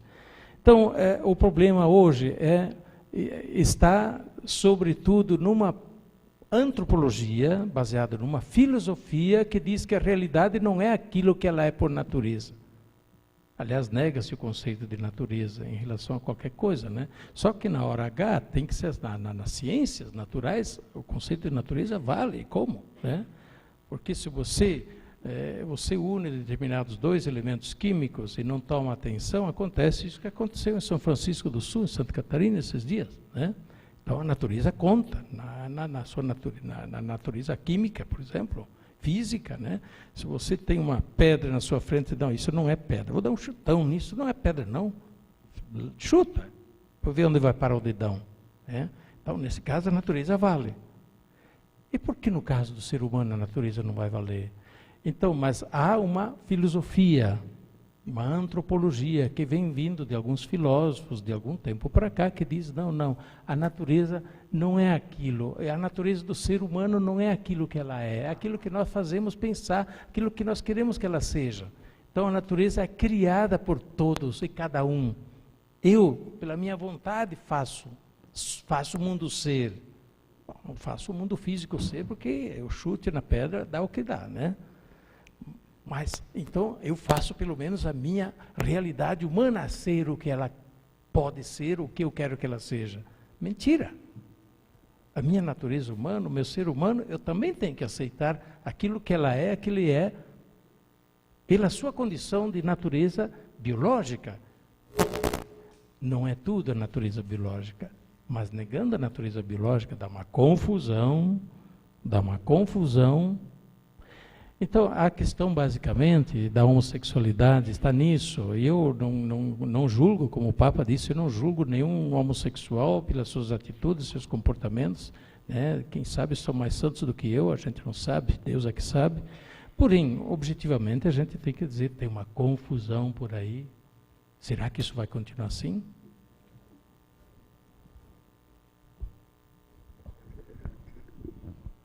Muito bem, vamos passar para o lado de lá, Célio, por favor. Dom Dilo, essa semana inteira eu preparei milhares de perguntas. Nossa, diz uma, duas só. O senhor não tem ideia. E aí, no meu grupo de oração na faculdade, na universidade, teve um menino, ele veio conversar comigo no momento, e ele perguntou algo assim que eu fiquei sem muita reação, que foi: Célio, quando mais novo, eu fui abusado por um padre. Mas eu não sabia que medida tomar e silenciei. E aí, ele queria uma resposta minha naquela hora. E aquilo ficou no meu coração e eu fiquei meio que, não sei o que falar, não sei, eu confortei-o naquele momento. E aí eu venho te perguntar, eu vou passar essa bola para o senhor, lógico. Mas vamos fazer um joguinho no meio do campo aí. O que você diria nesse caso? Não, mas daí você tira a sua responsabilidade. O senhor que responde pela igreja. Sim, mas você, naturalmente, não depende simplesmente do que eu digo, né? Afinal, você também tem cabeça, tem bom senso e tudo mais. Dá um passinho bem bonitinho aí, daí. Não, no momento, eu falei, olha, eu sei que deve ter sido muito difícil, porque quando você sofre algo, aquilo te magoa muito, internamente. E aí eu perguntei, como, no sentido de você não falou para sua mãe, você não conversou com ninguém. E ele não, porque ele sentia vergonha naquele momento. E aí eu questionei a ele e falei, mas exatamente o porquê você não falou? Já que, né, temos bases, como, pelo menos na minha família, a gente é bem aberto em relação a conversar, dialogar, ou até algum amigo, eu não sei. E ele falou, Célio, eu fiquei com tanta vergonha que não sabia como proceder. E eu sei que isso foi um fato na minha vida, mas eu não, hoje, como você começou a falar sobre isso, eu não não consegui segurar e quis te contar. Então eu fiquei... A minha pergunta, e volto a... vamos fazendo um passinho, estamos chegando mais perto Claro. já do arco. Daqui a pouco chutamos em gol, né? Mas escuta, e se não fosse um padre? Se fosse um tio dele, um vizinho dele? Não, mas aí, isso... Se fosse qualquer outra pessoa, no sentido de até um pai, um tio, ou, sei lá, um advogado, um contador, que seja a profissão dessa pessoa, ele saberia como lidar. Ele saberia como... Ou não, porque nós temos casos aí que filhos são, né, o ato contra os próprios pais e ficam quietos. As mães até sabem, mas não fazem. E eu, não posso até falar por aqui, eu acho que neste momento, se fosse uma outra pessoa, ele teria ido a uma delegacia. Mas, pelo momento que ser da igreja, ser um padre, toda uma repercussão que nós sabemos que existe, uma mídia em cima, eu acho que ele ficou com medo, nesse sentido, por ser um padre. Porque se fosse qualquer outra pessoa, ele teria uma outra atitude, eu acho. Não dá para jogar o sim nesse exato momento, mas eu teria assim, uma certeza que ele poderia ter colocado isso mais num criminal, em uma delegacia, porque seria algo... Então, passa a bola para mim. Claro. Eu acho que o fato de ser um padre carrega a gravidade para o lado do padre, mas não a atitude por lado da vítima. Porque mais de 90%, isso é comprovado, mais de 90% dos abusos sexuais de crianças acontece debaixo do teto familiar, no círculo familiar. Irmãos, tios, padrasto, no círculo familiar, avô, até isso, né? E não só homem, mulher também abusa. E também não se denuncia. Também não se denuncia. E dos outros, mais de 90%, vamos supor, dos outros 10%, menos de 1% dos abusos de crianças são atribuíveis a eclesiásticos. Então, e também não se denuncia os outros, mesmo fora do círculo familiar. Agora começa a haver um pouco mais de coragem de denunciar, há estímulos, há proteção, e o que precisa ser mesmo feito, porque isso também é cultural. Infelizmente, é um grave problema que culturalmente foi sendo sempre aceito, varrido debaixo do tapete, né, sofrido, né, e não enfrentado. Não enfrentado. Então, o fato de ser um padre não muda o fato de a pessoa não denunciar porque foi um padre. Muda a gravidade do fato por lado do padre. Porque ele sendo um padre, mais ele deveria ter atenção, saber e não fazer o que fez, né? E saber da gravidade, digamos assim, da lesão que causaria a uma criança, a um adolescente, a quem quer que seja, por abuso sexual. Mas o problema é o abuso sexual enquanto tal que não se denuncia, que não se fala, e por isso, porém, a igreja nunca ensinou isto, né? A igreja nunca ensinou isto, pelo contrário, né? A igreja desde sempre vem dizendo os mandamentos da lei de Deus, são 10 mandamentos da lei de Deus, dentre eles 2 que falam justamente do respeito em relação à sexualidade. O 6º mandamento de modo muito particular, né? E depois o mandamento também de viver direito à sexualidade no casamento. Para dizer, a igreja não concorda, não aceita, a igreja não ensina, porém, infelizmente, isso também faz parte da condição humana que na hora H o ser humano se deixa levar. Né? E porque também a tentação digamos assim, da sexualidade, digamos assim, desregrada, descontrolada, e daí o abuso, né? É muito forte, muitos caem.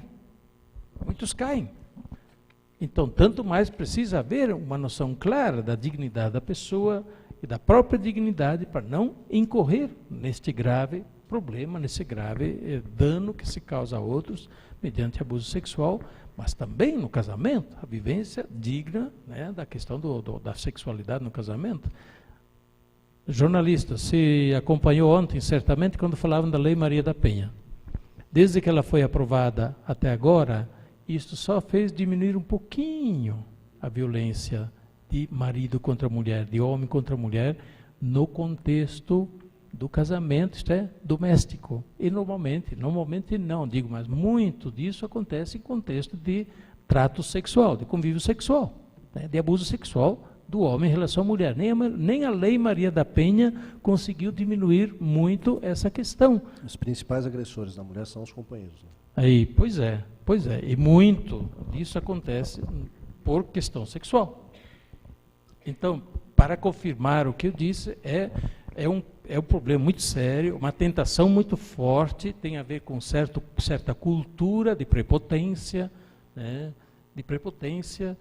e de domínio.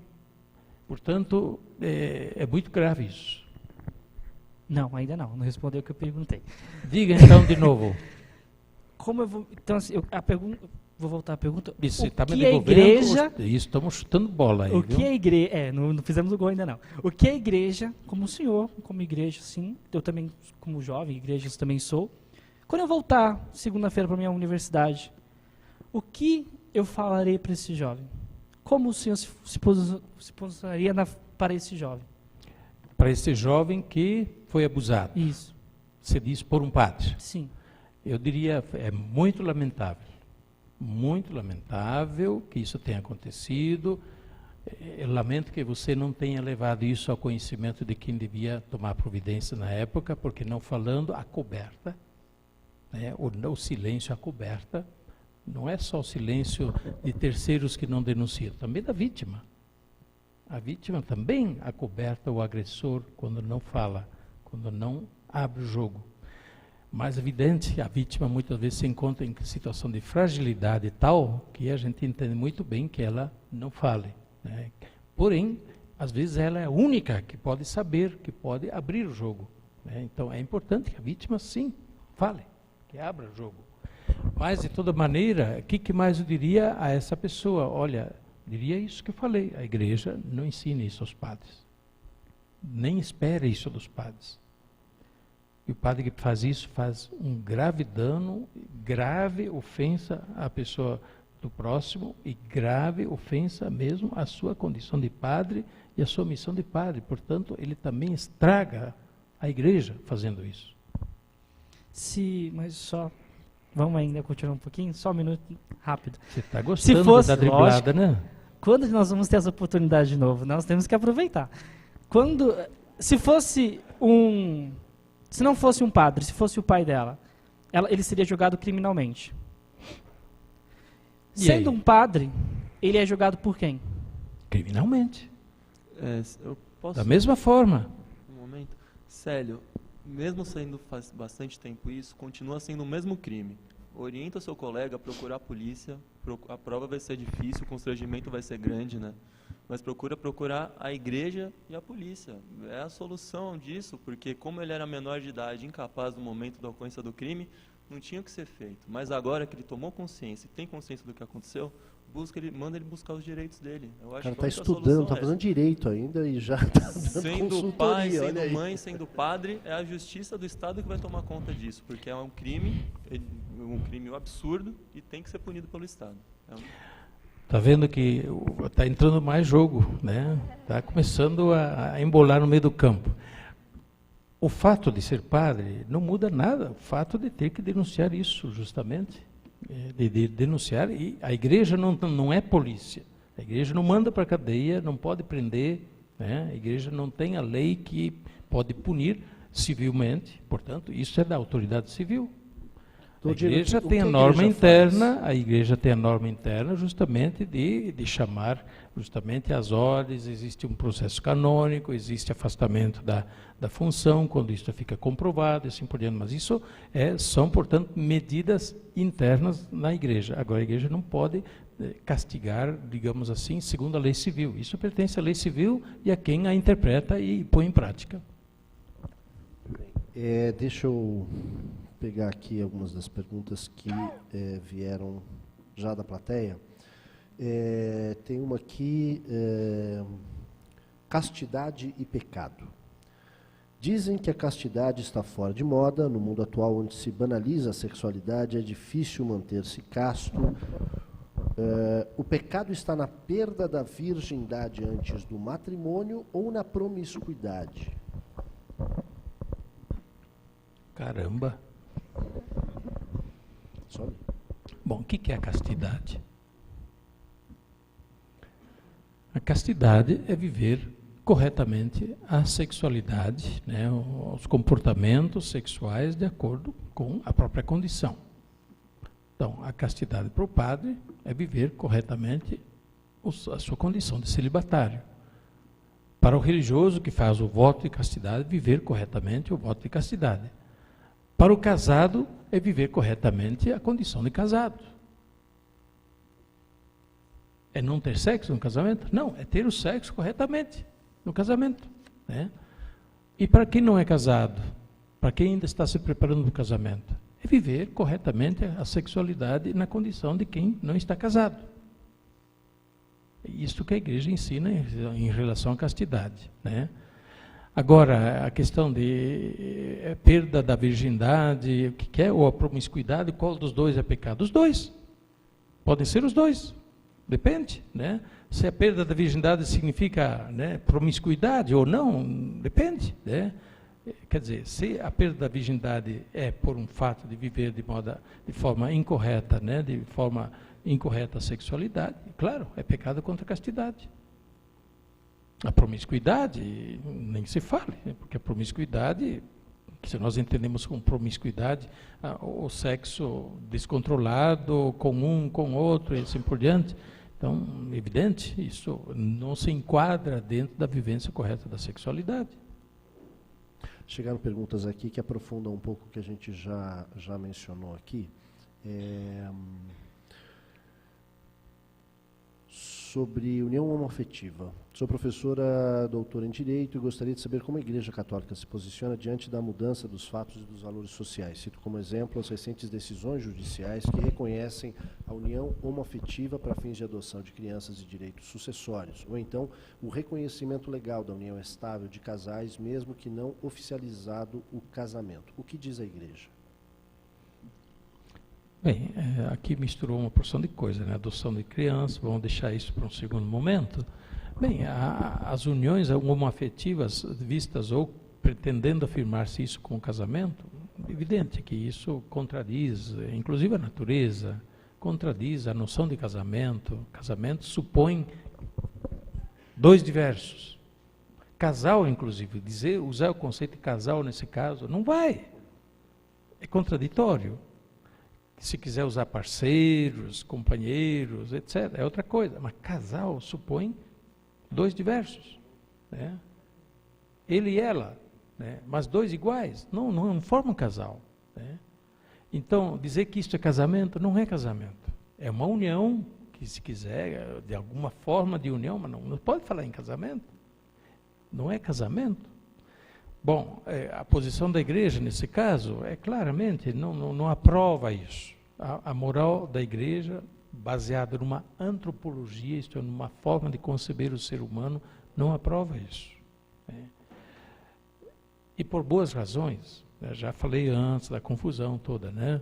Bom, quanto à questão de adoção de crianças, bom, não aprova mesmo se a lei civil aprova, né? Entendeu? A lei civil vai, dia mais, dia menos, está aprovando, vai aprovar, é um modismo que passa, afinal, é o tempo, né? Vivemos esse tempo e como rolo compressor a coisa passa por toda parte, né?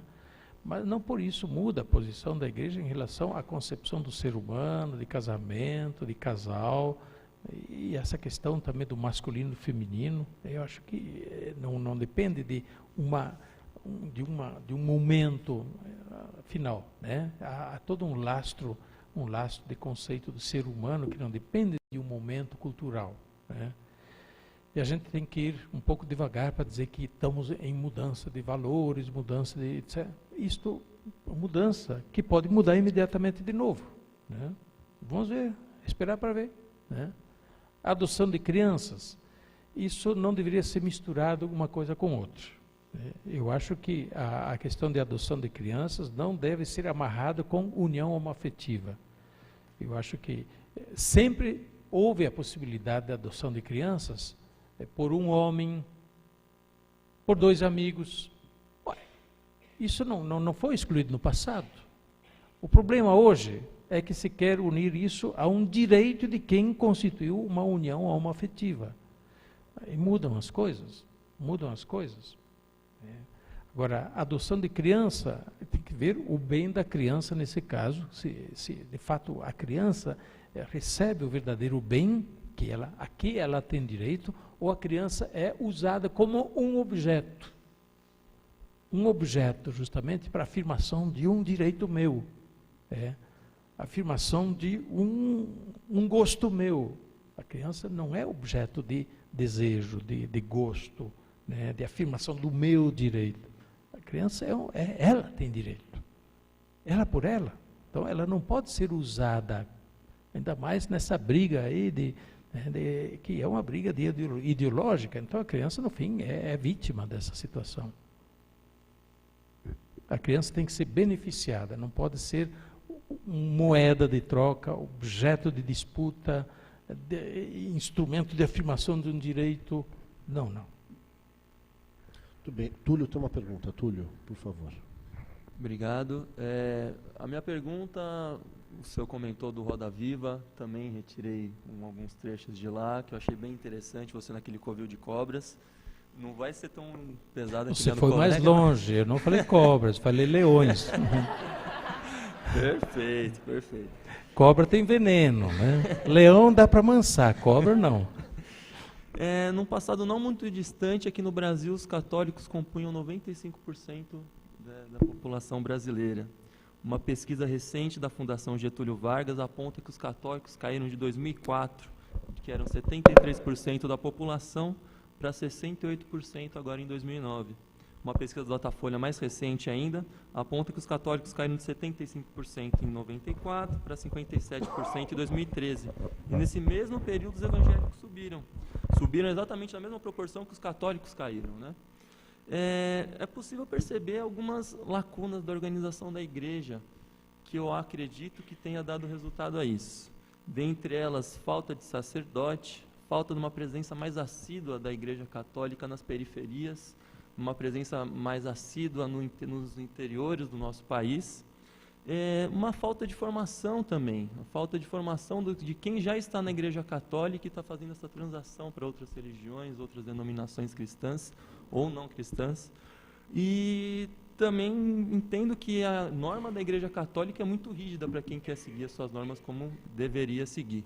E também a gente está competindo com, vamos dizer, shows de milagres em público. A gente está competindo contra televisões muito assistidas, grandes rádios, jornais de grande tiragem. E os evangélicos, mesmo sendo metade do número de católicos no nosso país, têm até bancada no Congresso. Os evangélicos têm a sua posição muito presente assim, na política e na juventude brasileira, nas músicas, shows e tudo mais.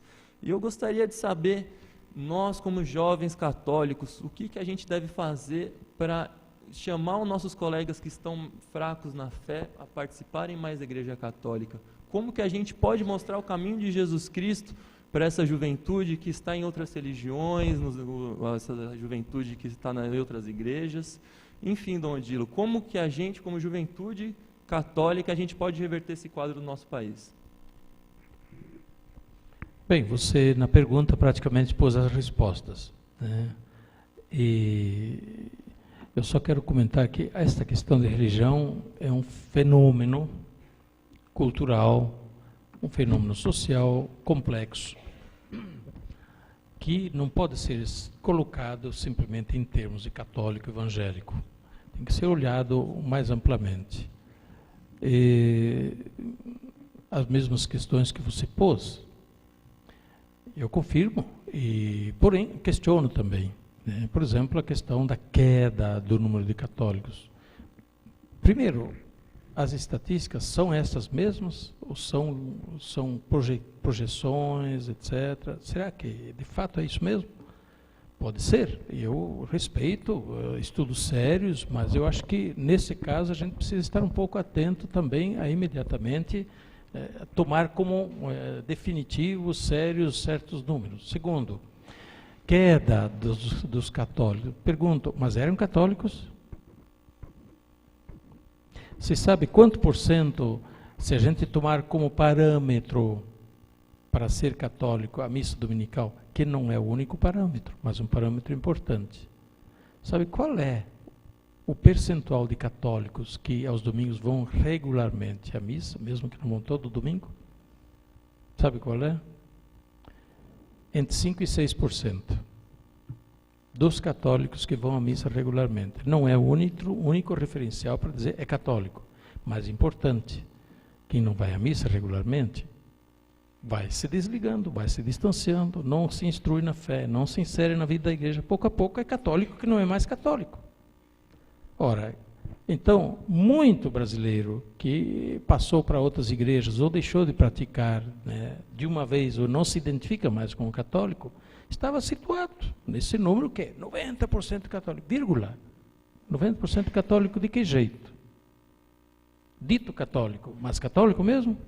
Então a gente ali também tem que reconhecer que muitas vezes era passado, bom, tantos por cento católicos, eram católicos mesmo? Segundo, a gente se impressiona, isso de dizer que os evangélicos são 28% não é verdade, em absoluto, não é verdade. Já é um dado estatístico que merece ser melhor examinado, né? Porque tem outras religiões, e tem os não crentes, os que não mais praticam nenhuma religião.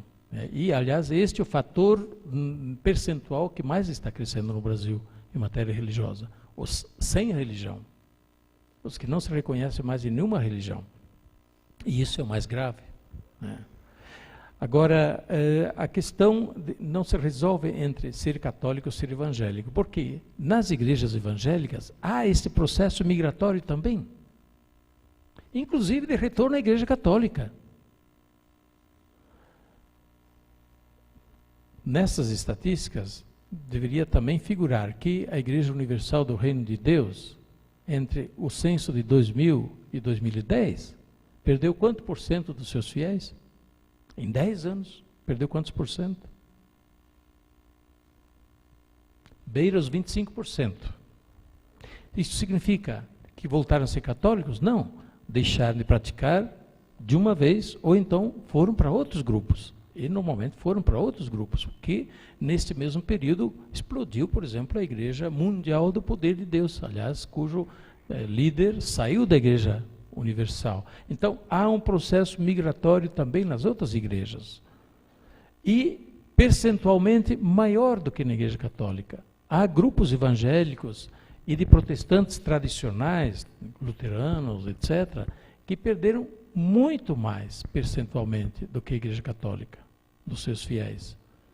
Há grupos de protestantes históricos, nós dizemos históricos, os que vêm da Reforma, ou logo depois da Reforma, não são os protestantes recentes, que são em geral os grupos neopentecostais. Mas há várias igrejas históricas, evangélicas históricas, que perderam até 50%, 60% dos seus fiéis em questão de 20 anos. Para onde for, migraram ou deixaram de ser, né, praticantes de uma vez e não se identificam mais com nenhuma. Então nós estamos aqui diante de um fenômeno cultural, um fenômeno social complexo, e de um fenômeno, sobretudo, de liberdade, de autonomia, hoje muito maior do que no passado, em que as pessoas se sentem muito mais autônomas, livres também de fazer suas escolhas. Né? E isso sem falar de outros fatores que você também citou, que a gente poderia explorar um pouco mais, né? Por exemplo, do uso político da religião até para formar bancada, né? Não é coisa que nós queremos fazer, né? Poderíamos fazer uma bancada católica. Nós, católicos, claramente, não queremos fazer bancada católica, porque não achamos que seja este o caminho. Né? Nós usarmos o rádio, a televisão, o jornal, a panfletagem para falar mal dos outros, não fazemos isso. Mas outros fazem em relação à Igreja Católica. Vocês sabem, né? Não fazemos isso, justamente por uma atitude de crer que não é por aí.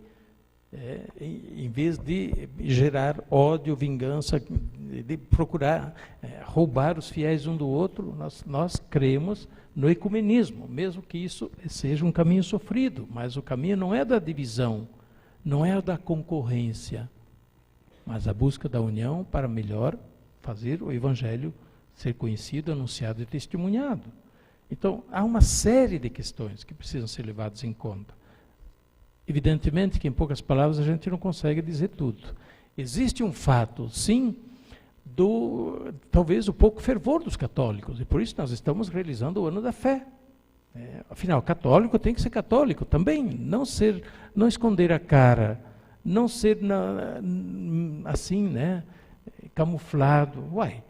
Assume a sua fé, viva a sua fé, qual é o problema? Outro tem orgulho de ser espírita? Pois. Outro tem orgulho de ser ateu? Eu, por que não tenho alegria em ser católico? De me identificar com a Igreja Católica? Mas a Igreja Católica tem uma história. Graças a Deus tem uma história. Temos 2000 anos de história. E nessa história, tanta coisa bonita, não olhe só para as coisas ruins. Quem tem história tem de bom e tem de ruim. Quem não tem de ruim, porque não tem história. Todo mundo que tem história tem de bom e tem de ruim. E temos tanta coisa bonita. E vocês, universitários, na sala da aula, tenham coragem. Quando se fala da história da igreja, e só se mostra os podres da igreja, falem também das coisas bonitas da igreja. Levante a voz. Tenha coragem. Falem das coisas bonitas também da igreja. Não engulam esse discurso de direção única que quer mostrar que a igreja é a vilã da história. Mas isso está acontecendo em muita sala de aula. Os católicos ficam tudo assim. É assim mesmo? Pois é assim mesmo.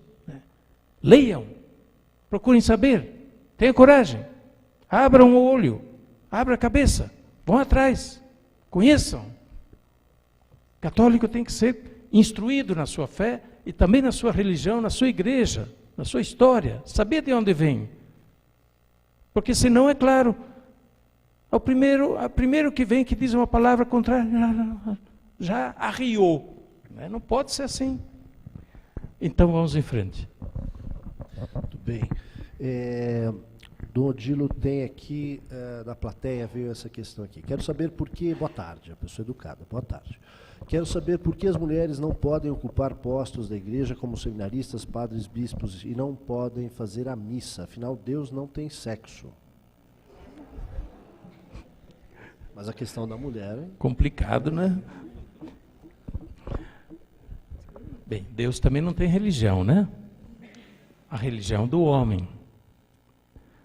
A religião é do homem e, portanto, é todo um conjunto de elementos, né, simbólicos que traduzem justamente o nosso modo de perceber Deus que se relaciona conosco e de nós nos relacionarmos com Deus. Então, a religião é uma realidade humana. No céu não haverá mais religião. Graças a Deus, no céu, todo mundo vê frente a frente a realidade.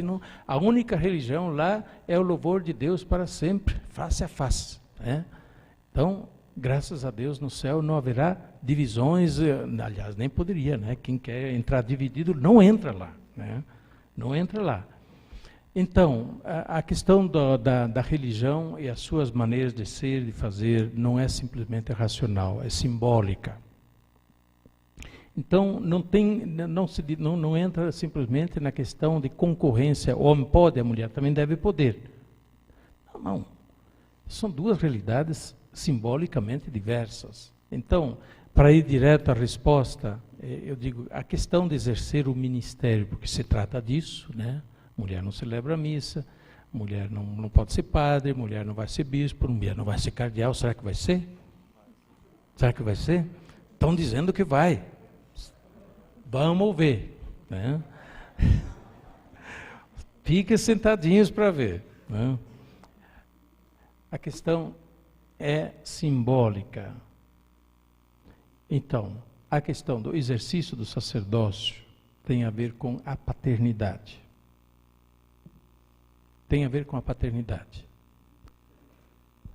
e simbolicamente, portanto, está relacionado com a masculinidade que exerce a paternidade. Mas a igreja, enquanto instituição, se diz mãe. E, portanto, ela muito mais se identifica com a mulher. E aí, o homem vai ficar brigando? Não, tem que ser igreja. Nada, mais uma vez a questão simbólica. A igreja é mãe.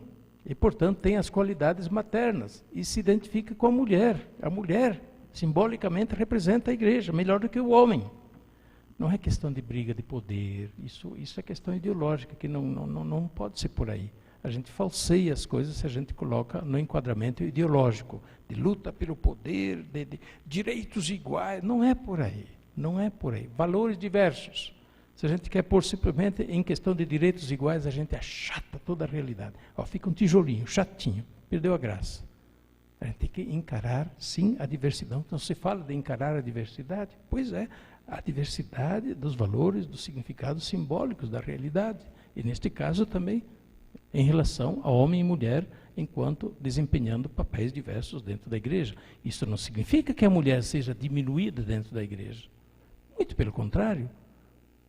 A igreja sempre reconheceu a importância da mulher, do seu papel na igreja, da sua ação na igreja. A igreja agradece à mulher aquilo que a mulher faz em função da vida, da missão da igreja.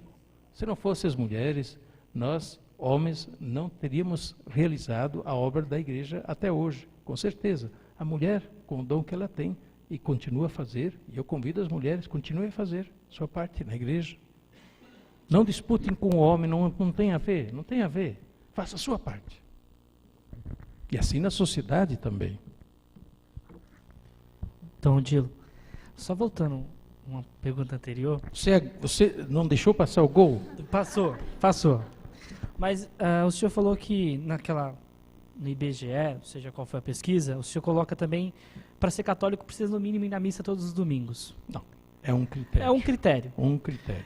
Tem, nessa grande lista aí, ou pequena, não sei, tem a obedecer o Santo Padre para ser católico? Certo.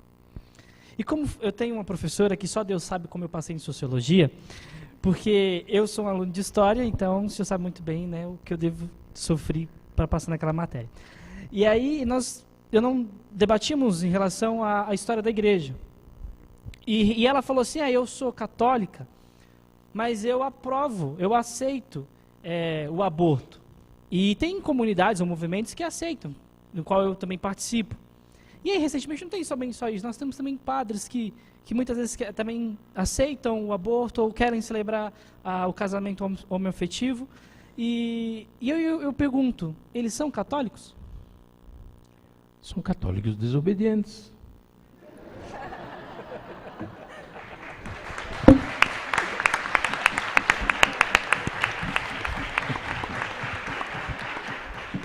Chutei, hein? Essa foi boa.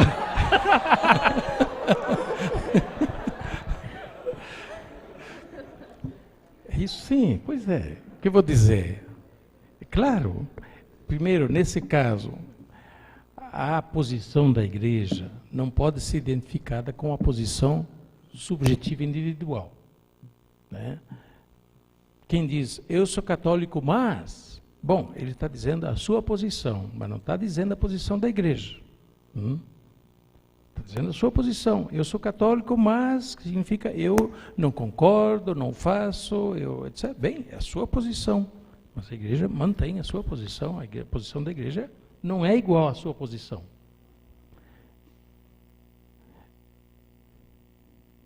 Não a sua, naturalmente. Não digo. Diga.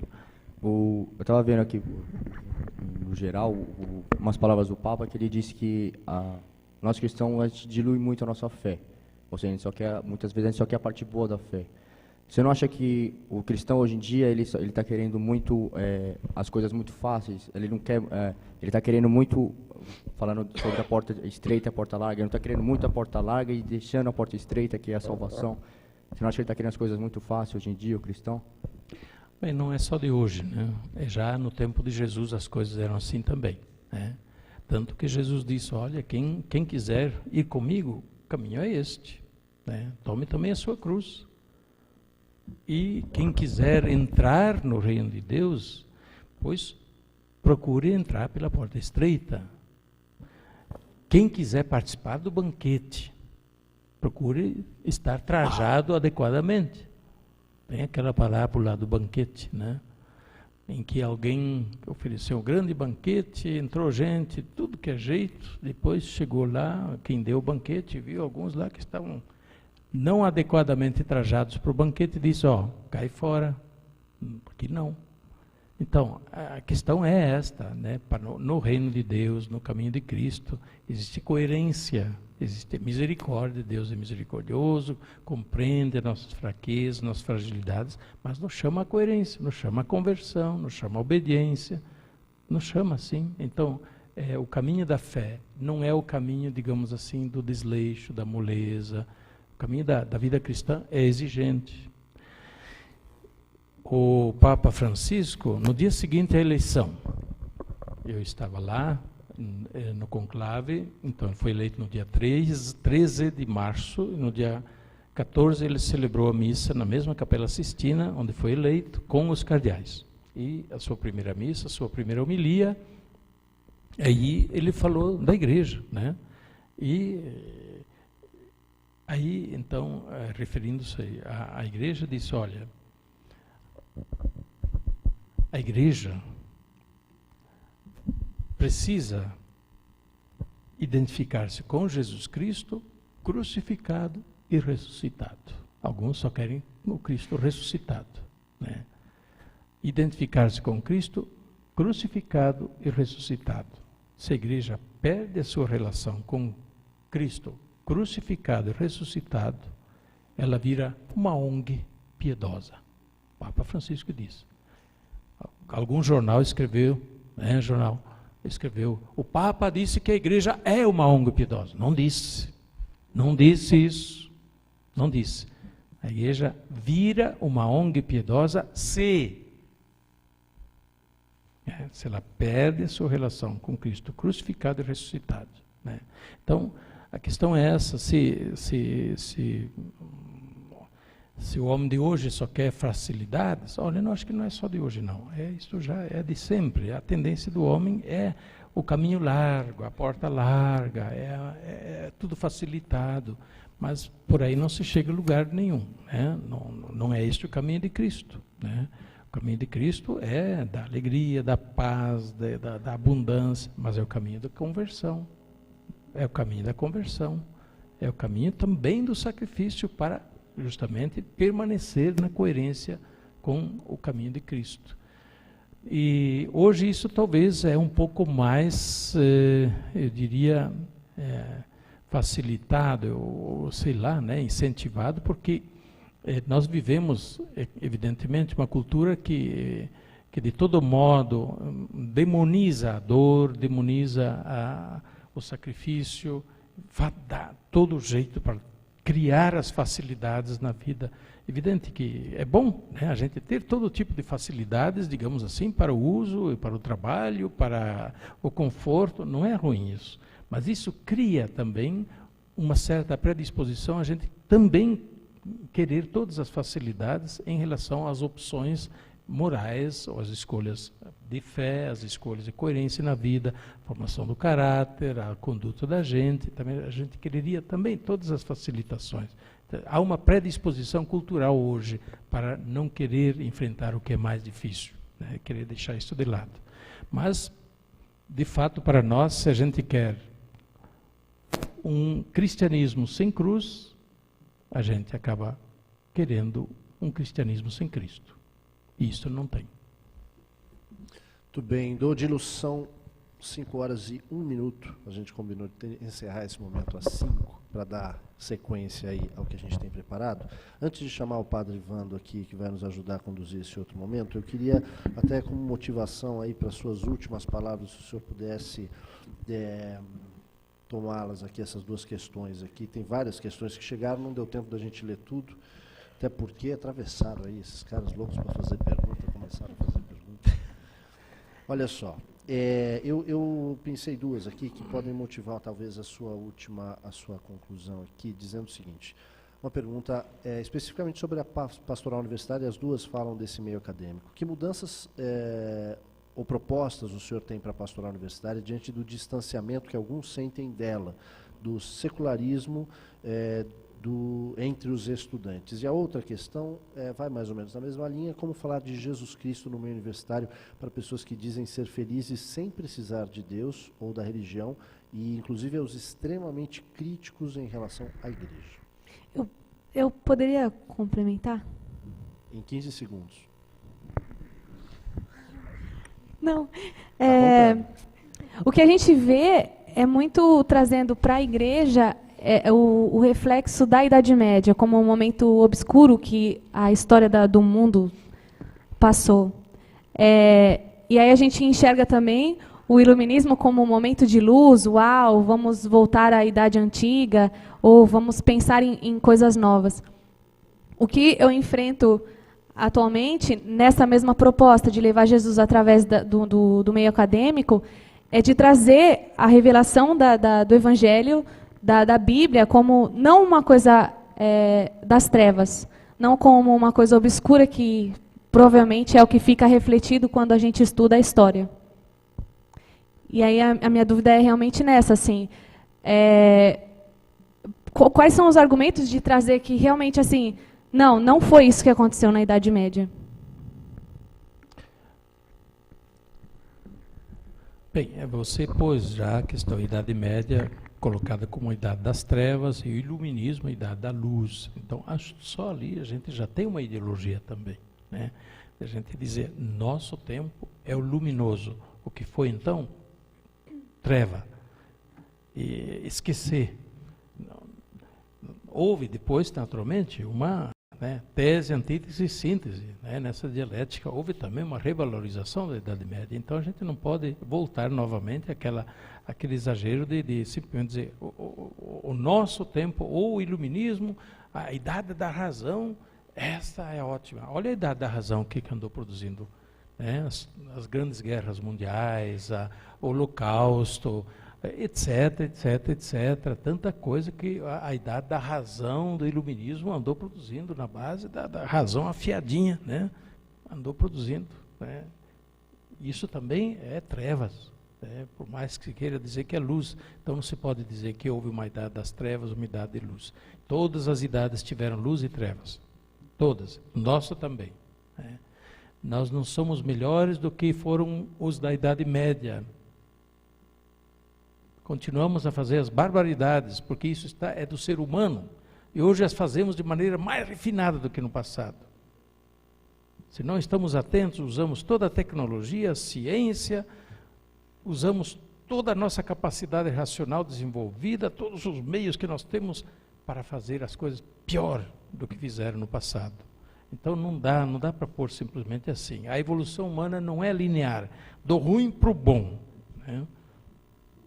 A gente tem que estar sempre atentos, porque sempre nós estamos na possibilidade de cair no fundo do buraco de novo, se a gente não vigia, se a gente não está atento aos ideais, a ter um senso crítico, a percepção, leitura crítica da coisa, do estado das coisas, da história, dos fatos, assim por diante. Por isso mesmo, o pensamento único que se quer impor à força, no grito, é a pior coisa. A gritadura é a pior ditadura, porque não permite que apareçam argumentos diferenciados para balancear, né?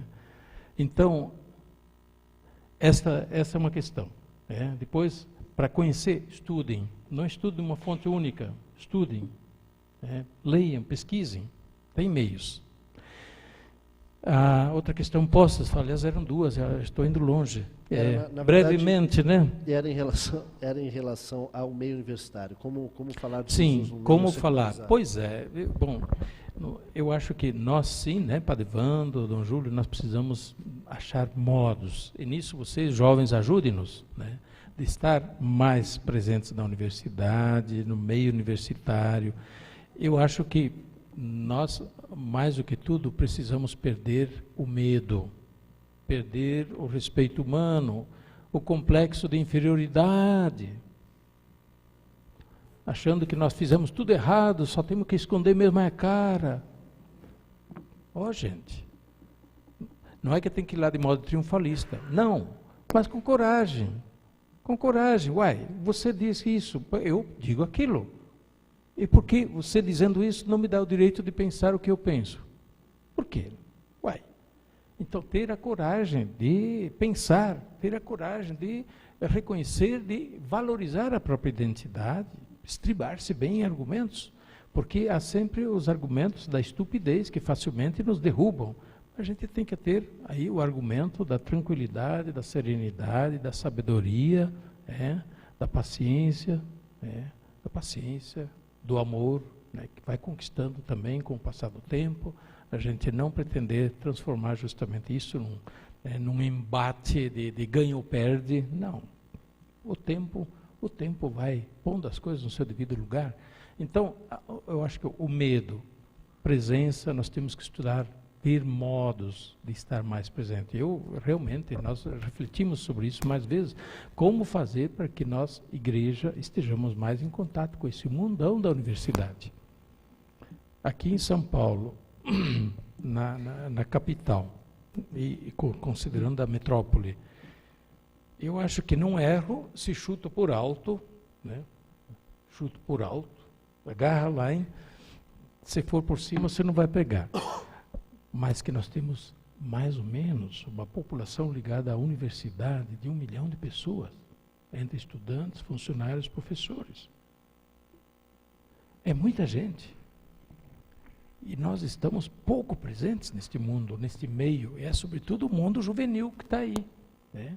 Então, como nós vamos justamente fazer esse passo generacional, né, da transmissão, da passagem? Bom, não é só uma questão de hoje. No passado eles se enfrentaram a mesma coisa. Ninguém pensa que no passado a universidade era toda bonitinha, redondinha, né, ou quadradinha, né? Ninguém dizia nada em contrário lá.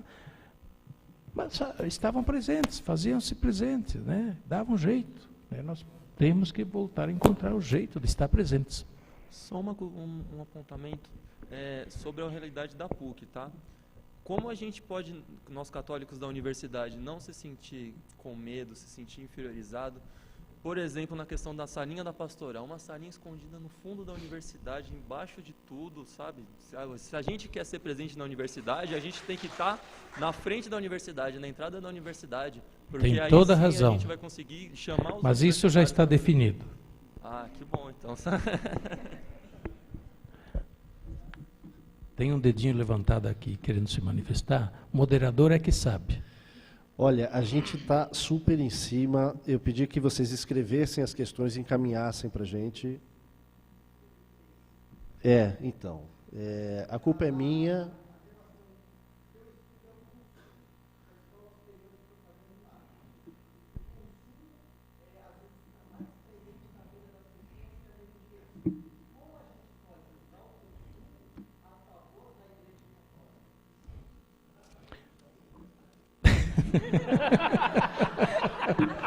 Professor aí já está respondendo.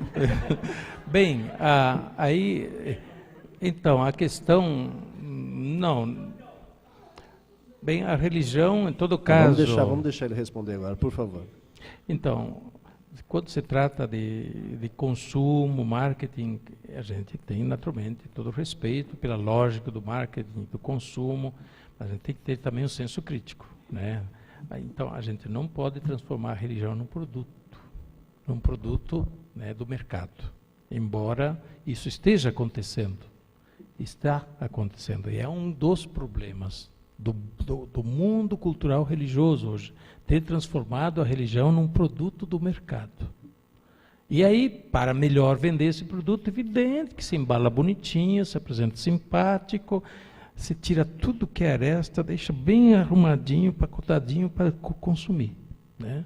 Isso é marketing, naturalmente. Né?